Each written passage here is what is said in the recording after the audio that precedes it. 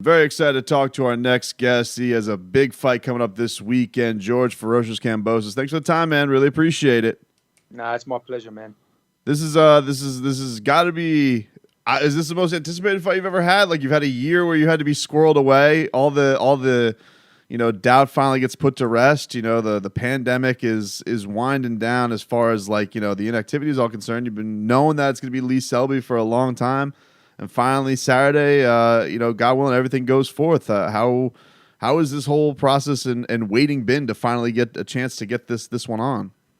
Yeah, well, like you said, it's been a long time coming.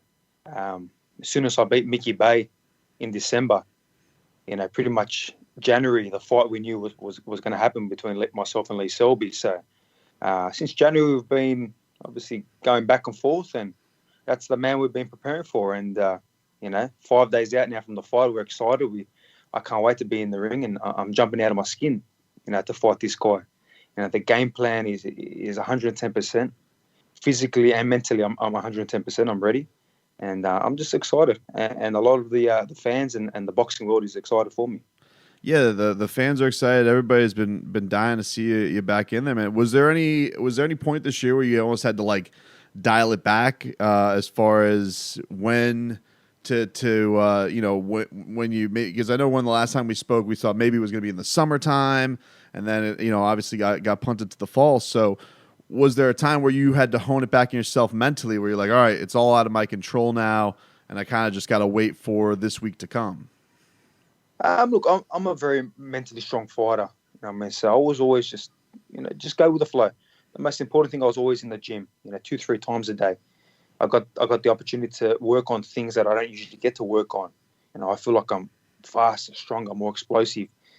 This is the best version that anyone's going to see come this fight of Ferocious Kambosos. So, I stayed relaxed, let my team handle the business, and in the gym with the training, I handle that business with obviously my coaches. So we're ready, and then we really picked up the pace.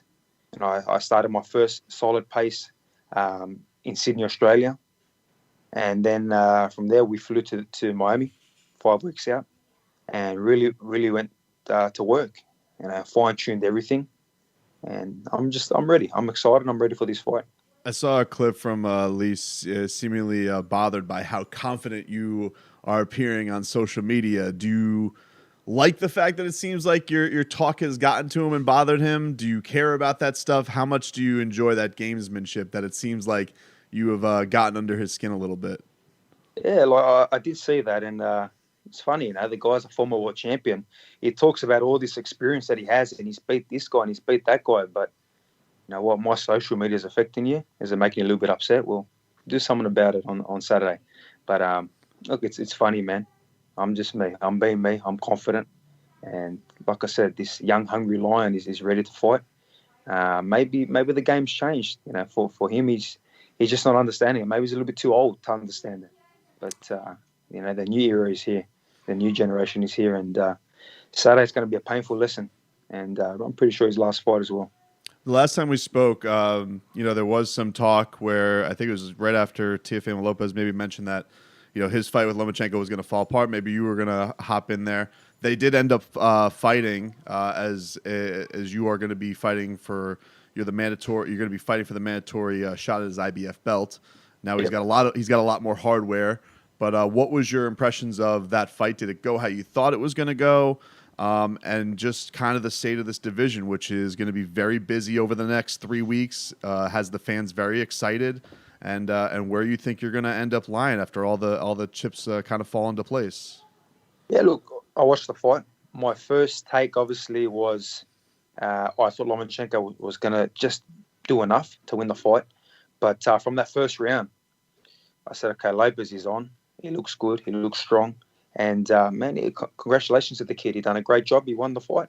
Fair and square. He won the fight, and he becomes the man now. But now when you're at the top, you're not really looking who's in front of you now. You got to watch the guys behind you. And I tell you, we are coming.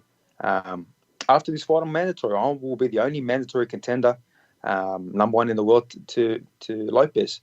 No other lightweight in the world will be a mandatory, mandatory position.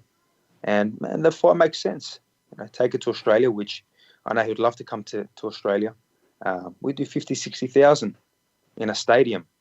He wants to get his name all over the world. We'll come down under and we'll get it on. But the most important thing for myself and the way I'm so hungry and so focused right now is on Lee Selby. Whatever happened 2 weeks ago between Lopez and Lomachenko, that's an extra incentive now to obviously know who I'm going to fight next after Lee Selby. But Selby is the only man on my mind, and we prepared so well. The preparation has been great. I'm on weight pretty much right now. And like I said, I'm excited for this fight and to get rid of this guy and handle business in a massive statement. I never like doing this, especially the week of a fight, because I know you have to put so much focus into the task at hand. But I did see this week Bob Arum said that he wants to see Teofimo fight Ryan Garcia next. Does that annoy you at all? That you're gonna be in this position. You've been fighting all this time for this mandatory stuff. I know you say you're a mentally strong fighter, or do you think that the performance is going to speak for itself? And if you go out and do what you're supposed to do, none of that stuff is going to matter. Bob's just putting things out there. Obviously Ryan Garcia's got a huge social media base. He's just putting things out there. But I tell you, when he sees the figure coming from Australia, and obviously he's done it before with Horn and Pacquiao, he knows how successful it was. He's going to be all over this fight. But like I said, I'm only focused on one man right now, and the rest will play into position. I've got a great team, and everything will come about after I handle Lee Selby on Saturday. Why are the fans in Australia so crazy? Why are they so damn passionate? Because I've seen it. There's a guy who watches boxing, watches UFC. You're rabid. It's a rabid nation. What do you think that is? Look, they're just passionate, and when one of their own is doing big things, especially big fights. We're talking about a unified title fight. I don't think there's ever been a unified title fight in Australia, so it's huge. It's a massive sell. But again, my fan base is massive as well. I've got over 100,000 people on social media. So does obviously Teofimo's got a huge fan base. It sells, man. 2 young, hungry lions. The Australian support. But not only that, there's a massive Greek population in Australia. I've got a huge Greek fan base, obviously being a very proud Greek fighter as well. And it just makes sense. It makes sense, but it's all going to be there once I handle the business, which I will on Saturday. You're you're across the pond right now. You're in Selby's neck of the woods. What is it? What's it like there right now, man? Is it are people pumped for a fight? I know it's great having the sports as an escape, obviously, since all this stuff has happened. But does it have the same feeling, a different feeling as a big fight week? I mean, it's a stacked card that you're on. Chisora and Usyk. I mean, you actually got me to resubscribe to DAZN. I'm excited about this one. This one's jam packed, man. So what's the vibe over there right now? Man, the vibe is good, very positive. Obviously, Usyk and Chisora is the headline. We're the co-feature, so it's a huge platform for me to make a huge statement.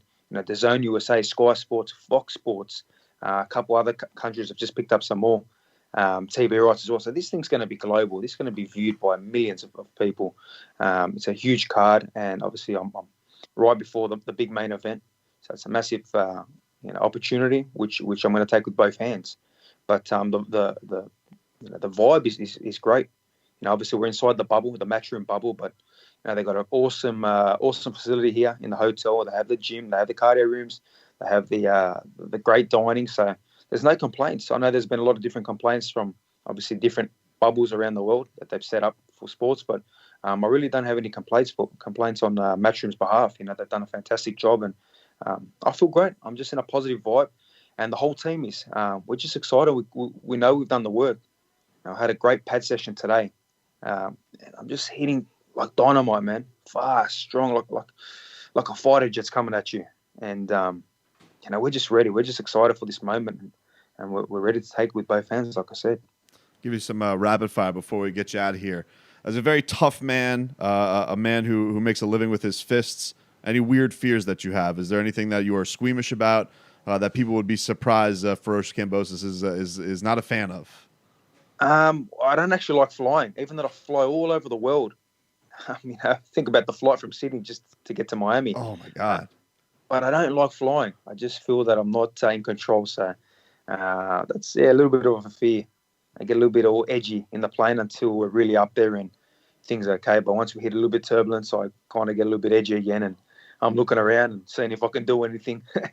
But yeah, that is probably one of the big fears that I have, is being in a plane. Look, Muhammad Ali, one of the greatest of all time, had the fear of flying. Is that I didn't even know that. Any weird diet oddities? Like, what is the strangest thing that George Kambosos enjoys eating? Look, I just like to eat clean, all year round. I love eating clean. My body's my temple, I'm a professional athlete.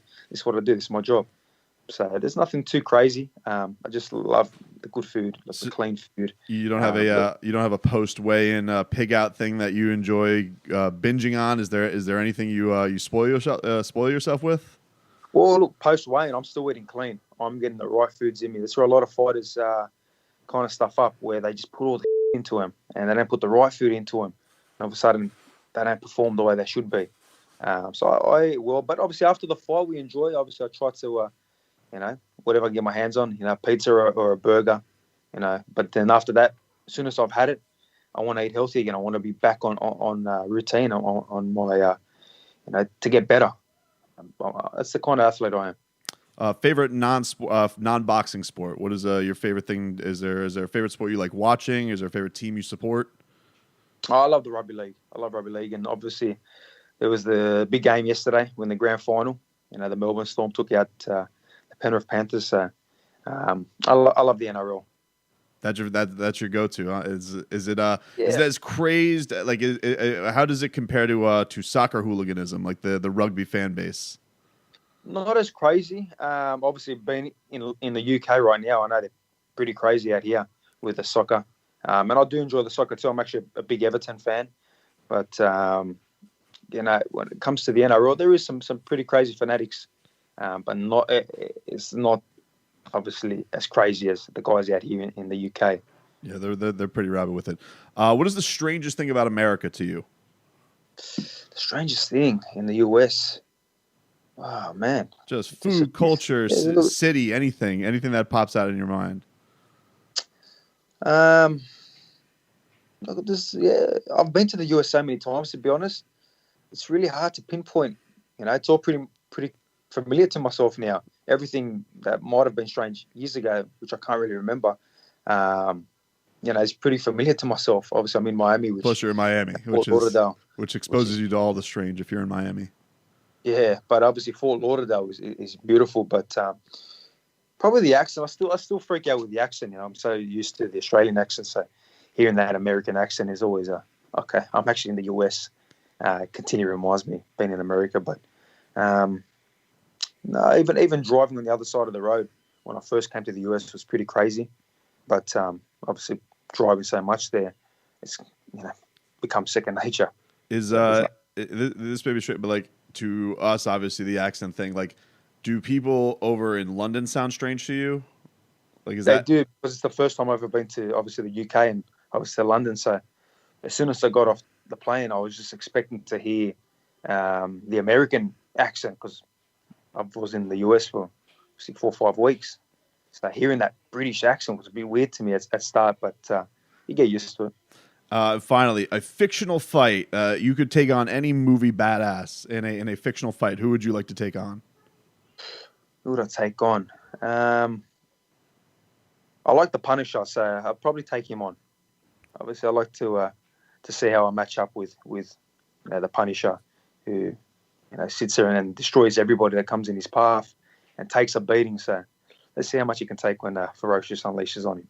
I like it, man. Guys, can check out George Ferocious Kambosos. Going to be taking on Lee Selby, DAZN. The card starts at 2 p.m. Eastern. If you guys want to get your subscriptions into DAZN, that's when the card starts up.